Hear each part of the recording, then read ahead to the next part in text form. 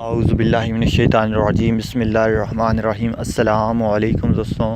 میں قرآن کریم سے سورہ بقرہ آیت نمبر 187 سے روزے کی سحر اور افطار کا وقت جو ہے وہ بتا رہا ہوں۔ تو میں کوشش کرتا ہوں کہ آپ دوستوں کو ایک ایک لفظ کا جو ہے وہ معنی بتا دوں تاکہ دوستوں کو اچھی طرح سمجھ آ جائے کہ روزے کی سحر کا وقت کیا ہے اور روزے کی افطار کا وقت کیا ہے۔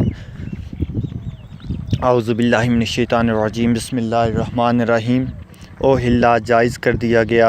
لکم تمہارے لیے لیلۃ رات صیام روزہ رفاسو بے پردہ ہونا الہ طرف سے نسائکم اپنی عورتوں سے بے پردہ ہونا ہننا وہ لباس ہیں لکم تمہارے لیے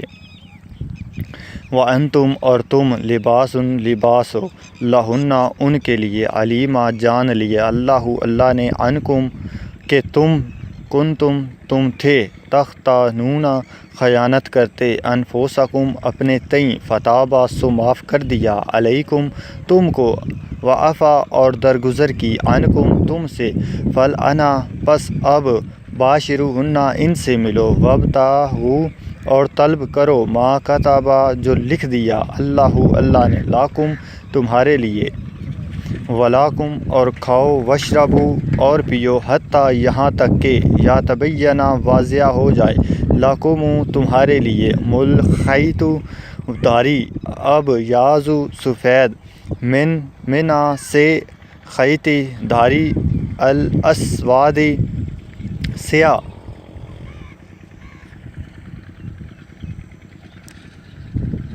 اسواد سیاہ منا سے فجر ثم پھر آتیمو تم پورا کرو سیام روزہ الہ تک لیل رات ولا اور نہ تو باشروہن ان سے ملو وانتم جب کہ تم عاکفون اعتکاف کرنے والے فی مسجدوں میں تلکا یہ حدود حدیں ہیں اللہ کی فلا پس نہ تقربوہا ان کے قریب جاؤ کذالک اسی طرح یبین واضح کرتا ہے اللہ آیات ہی اپنی آیتیں اپنے احکام للناس سے لوگوں کے لیے لعلہم تاکہ وہ یتقون پرہیزگار ہو جائیں۔ تمہارے لیے روزوں کے زمانے میں راتوں کو اپنی بیویوں کے پاس جانا حلال کر دیا گیا ہے، وہ تمہارے لیے لباس ہیں اور تم ان کے لیے۔ اللہ کو معلوم ہو گیا ہے کہ تم لوگ چپکے اپنے آپ سے خیانت کر رہے تھے، مگر اس نے تمہارا قصور معاف کر دیا اور تم سے درگزر فرمایا۔ اب تم اپنی بیویوں کے ساتھ شب باشی کرو اور جو لطف اللہ نے تمہارے لیے جائز کر دیا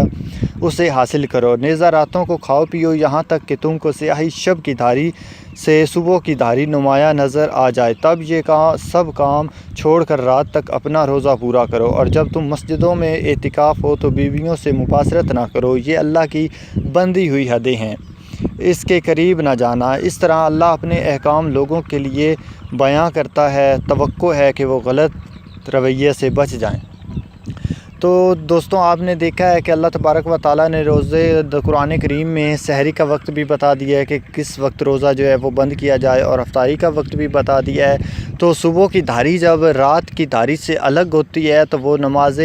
فجر تک ہوتی ہے۔ نماز فجر ادا آپ کر لیتے ہیں تو آپ نے دیکھا، اگر کبھی آپ دیکھیں تو آپ کو پتہ چلے کہ رات کی دھاری جو ہے وہ صبح کی دھاری سے بالکل الگ ہوگی ہے، دونوں میں فرق آ گیا ہے۔ اور رات تک روزہ پورا کرنے کا حکم ہے، تو رات ہوتی ہے میرے بھائی، رات شروع ہوتی ہے مغرب کے بعد ہوگا۔ اگر آپ نماز مغرب سے پہلے روزے کی افطاری کر لیتے ہیں تو آپ کا روزہ پورا نہیں ہوتا، کیونکہ اللہ تبارک و تعالیٰ نے صاف بتا دیا کہ لیلہ کی رات تک روزہ پورا کرو۔ اب رات مغرب سے پہلے کوئی بھی مولوی مجھے بتاتے کہ مغرب سے پہلے جو ہے وہ رات ہوتی ہے، کبھی بھی نہیں ہوتی، مغرب کے بعد رات شروع ہوتی ہے۔